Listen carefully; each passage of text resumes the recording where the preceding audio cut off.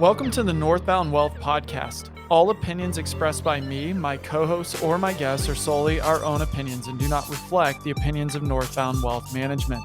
This podcast is for informational and educational purposes only and is not intended as personalized recommendations or fiduciary advice. It is not intended to provide and should not be relied upon for any investment, accounting, legal, and tax advice or as a solicitation to offer or buy any securities. Clients of Northbound Wealth Management may maintain positions in the securities discussed in this podcast. Hello, everyone. This is November 27th, Northbound Wealth Management Weekly Market Insights. Short week, strong for stocks. Let's dive in. Investor enthusiasm for stocks remained strong last week, buoyed by declining bond yields and a holiday abbreviated trading week. The Dow Jones Industrial Average picked up 1.27%, while the S&P 500 gained 1%. The NASDAQ index rose 0.89% for the week.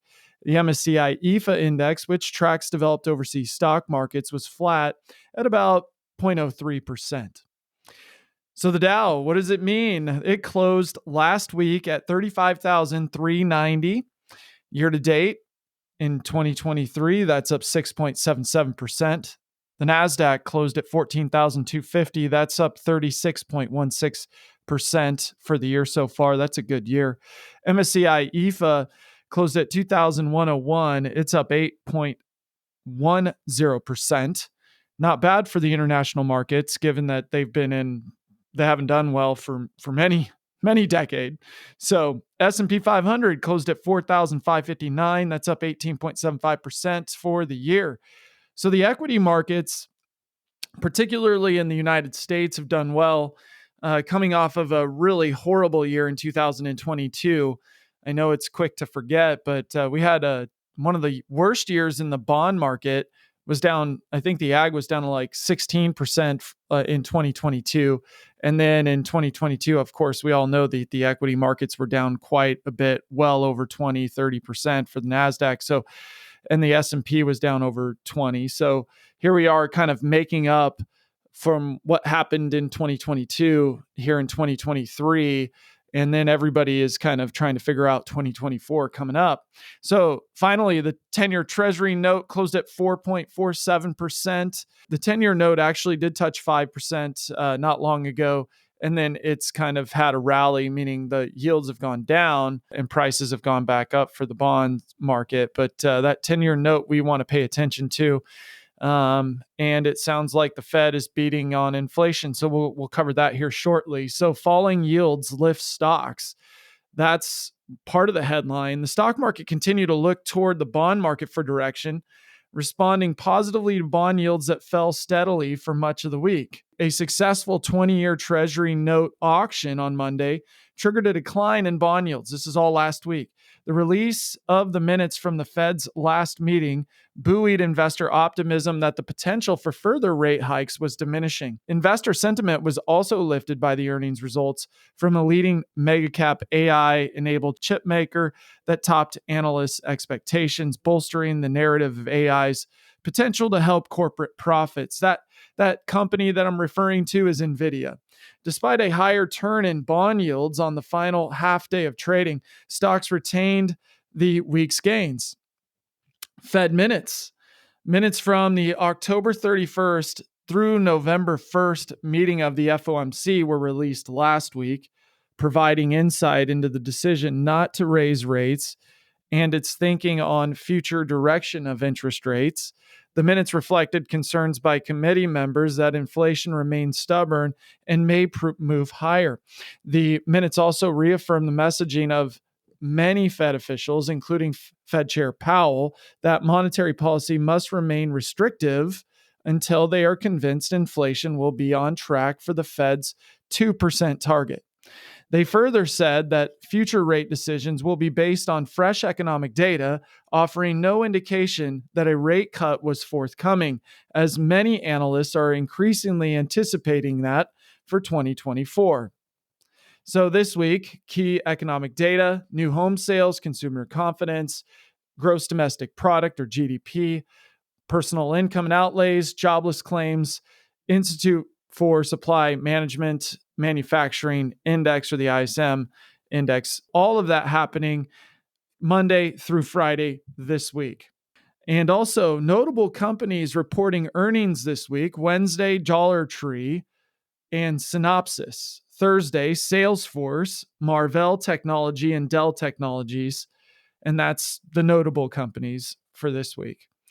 All right. Tax tip of the week: start a new business off on the right foot versus the wrong one, or not one at all.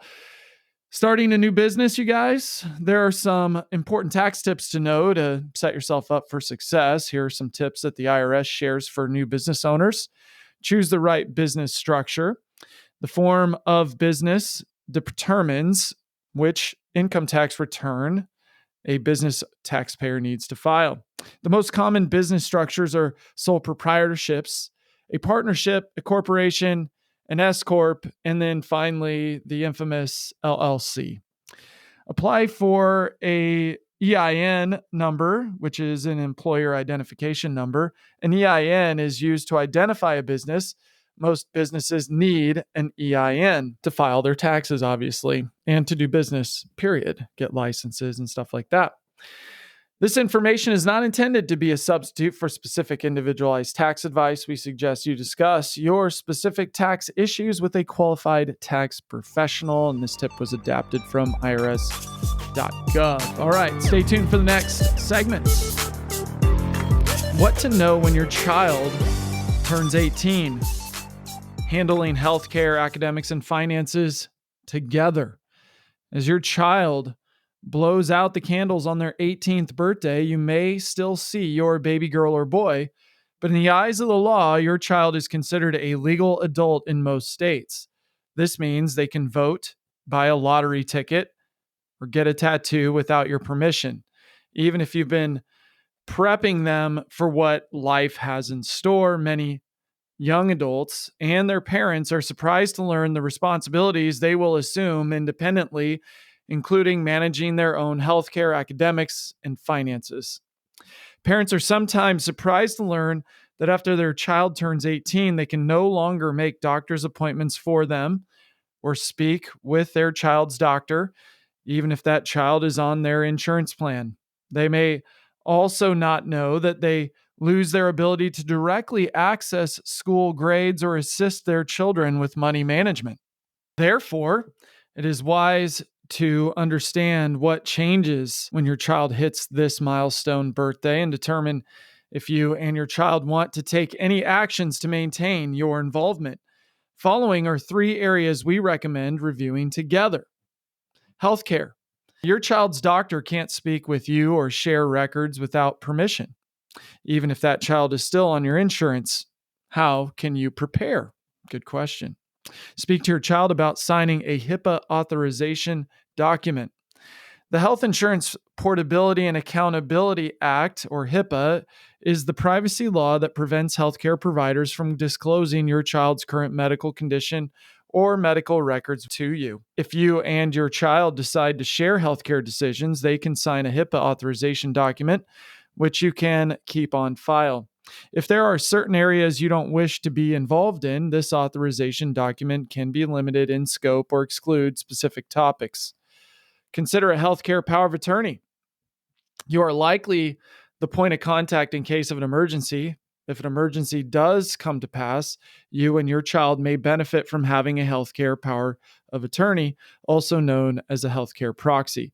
This document allows you to make important healthcare decisions on behalf of an adult child who may be physically or mentally unable to decide independently. Academics.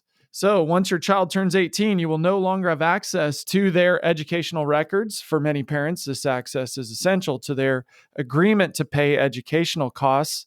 So how can you prepare? Acquire written consent for educational records. The Family Educational Rights and Privacy Act, or FERPA, requires that students over 18 give written consent before their school will release any educational records, including GPA, credits, scholarship status, disciplinary action, tuition information, and records maintained by the campus health clinic. A FERPA authorization will allow you access to these records. Finances. In most states, 18-year-olds can apply for credit cards, open bank or brokerage accounts, sign contracts, purchase real estate, or even apply for a mortgage. Depending on the state, your child may also automatically assume control over any Uniform Gifts to Minors Act or UGMA or UTMA, Uniform Transfers to Minors Acts accounts, and Roth IRA accounts in their name. It's called age of majority. These responsibilities and the temptation that comes with them may be too much for some young adults to handle by themselves initially. So, how can you prepare? Well, consider a financial power of attorney. Like a healthcare proxy, a financial power of attorney allows you to make financial decisions for your child and access their financial records and accounts. With this document, you can help your child with their financial affairs, pay student loan bills, cover car payments, check bank balances, and pay taxes. Exercising this authority may help your child make more informed financial decisions. UGMA and UTMA accounts are all-purpose savings and investment accounts and are often used to save for college. They take the form of a trust. Using a trust involves a complex set of tax rules and regulations. Before moving forward with the trust, consider working with a professional who is familiar with the rules and regulations. To qualify for the tax-free and penalty-free withdrawal of earnings, Roth IRA distributions must meet a 5-year holding requirement and occur after the age of 59 and a half. Tax-free and penalty-free withdrawals can also be made under certain other circumstances, such as the owner's death. The original Roth IRA owner is not required to make a minimum annual withdrawals. So, as your child approaches 18, plan more than the party. You've done a great job raising your child and giving them the tools they need to live a happy and successful life. If they are close to turning 18, you should take the opportunity to sit down and coach them on their transition to full medical, academic, and financial autonomy. As financial professionals, we can help suggest strategies to stay involved in important aspects of your child's life. We are also happy to work with your attorney to ensure everyone is on the same page. Please contact us if you'd like to decide or figure this out in more detail. On to the next segment. So as we get ready to turn the page on 2023 and welcome a new year with all its possibilities, we'd like to take some time and reflect on the year that was, the notable events, trends, and developments that defined our economics, policy, business, and culture, and look a bit into the future to see what 2024 might bring. So 2023 in review, as far as the economy and the markets are concerned, the economic picture in 2023 continued to be dominated by inflation and the Federal Reserve's response to it. Inflation declined from 40-year highs, but remained above the Fed's 2% target. This led to more short-term interest rate hikes, with the federal funds effective rate reaching a 22-year high of between 5.25% and 5.5% as we approach year's end. Stocks rebounded from the bear market of 2022 and rallied during the first half of 2023. Stocks pulled back during the fall due to concerns about the outlook for inflation and fear that the Federal Reserve may keep short-term interest rates, quote unquote, higher for longer than the market anticipated. In March, a few regional banks, beset by poor internal decision-making and risk controls, were moved into receivership by the Federal Deposit Insurance Corporation, or FDIC. The issues came first to light with Silvergate Bank and Silicon Valley Bank, or SVB, the latter catering to venture capital technology companies in Silicon Valley. With $209 billion in assets, SVB was the second largest U.S. bank failure ever. But moves by the Federal Reserve, the FDIC, and the Treasury Department appeared to avert a contagion of bank runs.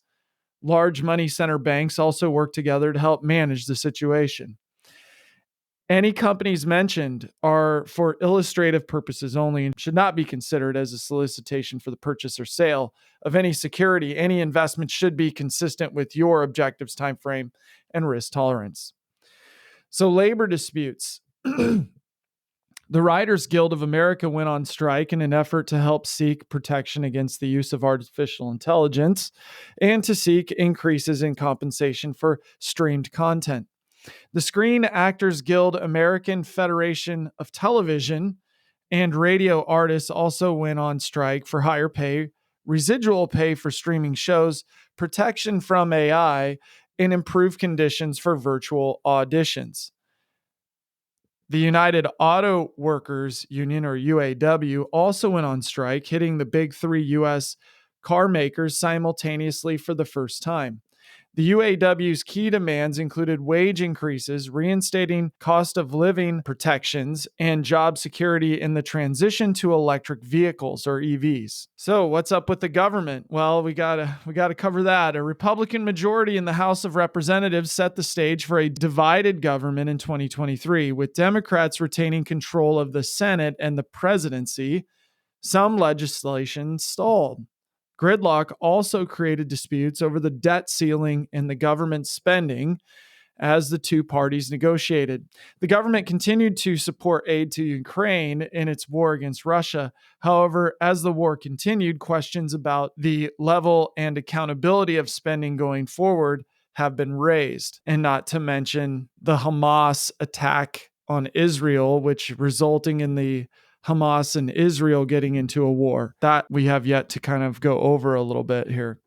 But moving on, business and technology trends. So remote and hybrid work became standard for many, despite some corporations attempting to reverse this trend and get staff into the office. AI and machine learning went mainstream with the mania surrounding ChatGPT, launched late last year. ChatGPT reached 100 million active users in just 2 months, making it the fastest growing consumer application in history. AI has gained the attention of corporate leaders, scientists, government regulators, and the public. As previously mentioned, any companies mentioned are for illustrative purposes only. Sales of fully EVs in the U.S. are expected to break the 1 million vehicle barrier in 2023 for the first time ever. Price cuts, wider variety, and more government and manufacturing incentives have helped boost EV sales, so subsidies. Let's see, globally, Russia's invasion of Ukraine entered its second year. Meanwhile, tensions grew between U.S. and China over China's stance towards Taiwan. North Korea ramped up missile tests to historic levels. King Charles III was crowned in May following the death of Queen Elizabeth II, the UK's longest reigning monarch. Human interest. There was always something for everyone when it came to human interest stories and pop culture in 2023. Succession bowed out with a riveting finale, and Elon Musk continued to make the headlines with X, which is formerly known as Twitter, and peace appeared to return to the golf world when the PGA and LIV tours merged. But what happened in movie theaters and concert venues over the summer had real-world implications, according to Morgan Stanley. There was a notable impact on consumer spending and the broader economy in the third quarter due to Taylor Swift's and Beyonce's tours, as well as a movie blockbusters Barbie and Oppenheimer. Barbie became the highest grossing release in the US this year, and together with Oppenheimer, contributed to the fourth biggest opening weekend box office in US history. Taylor Swift's and Beyonce's tours filled stadiums nationwide, with Swift's tour gaining particular attention for its costly resale market and ticket purchasing fiasco. And when the budding romance between Swift and football player Travis Kelce took over the headlines in the sports and entertainment worlds. The power of her influence was immediately felt, with the price of Kelce's Kansas City jersey shooting up 400%. So what to watch for in 2024? As far as the economy is concerned, the outlook. The Fed is expected to keep rates elevated longer than many anticipated to get inflation down to its 2% target. This has pressured the housing market and other interest rate sensitive parts of the economy. With 2024 being a presidential election year, markets will be watching closely.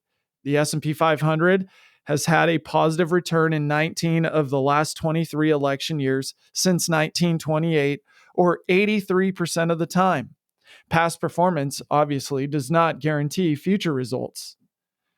So, policy and regulatory outlook. With a split Congress, major legislation may be limited. All attention will turn to the 2024 elections, where the presidency, the entire House of Representatives, and 34 Senate seats will be on the ballot. The balance of power is expected to have far-reaching implications on everything from taxes to immigration to climate policy. Expect markets to anticipate results and try to determine which industries and companies could be in or out of favor. So, 2024 tax policy outlook. The divided government makes it difficult to reach a consensus on tax code changes. Still, the pending 2025 expiration of many of the provisions of the Tax Cuts and Jobs Act, or TCJA, of 2017 may be a point of debate. If not extended, there could be implications for capital gains levels, estate tax exemptions, state and local tax deductions, and individual rates and brackets. When passed in 2017, the TCJA lowered most individual income tax rates, including the top marginal rate, from 39.6% to 37%. The law maintained the 7-bracket rate structure, but the income thresholds were updated. So, business and technology trends in 2024. AI may become more mainstream as industries consider using the technology to streamline operations and increase efficiency. While there are no concerns about job losses and other disruptions, AI may have benefits in healthcare and in education in those two spaces. AI is not going away, and its societal implications are unfolding in real time. EV sales should continue to grow as long as the incentives remain high, cost comes down, and charging infrastructure improves. No kidding, that needs to really happen if we're going to really have high adoption. Let's see, more human interest. Next year, you'll see the Summer Olympics in Paris. Movie theaters will be busy with big screen adaptation of the Broadway musical Wicked, Dune, Part 2, and a truckload of superhero animated and horror movie sequels. On television, get ready for new seasons of House of Dragons, Stranger Things, and Squid Game. And mark your calendar for April 8th, when a total solar eclipse will be viewable in the central and northeastern U.S. So whether it was your best year or a less than perfect year, 2023 was far from boring. There was plenty of economic uncertainty, with the longer-term impact of higher interest rates still to be seen. We will have to see if the Fed can pull off a soft landing and keep the country out of recession. Meanwhile, the presidential election will start to gain momentum early in the year, which may add to the uncertainty. As financial professionals, one of our jobs is to help clients better understand how current events can influence financial markets.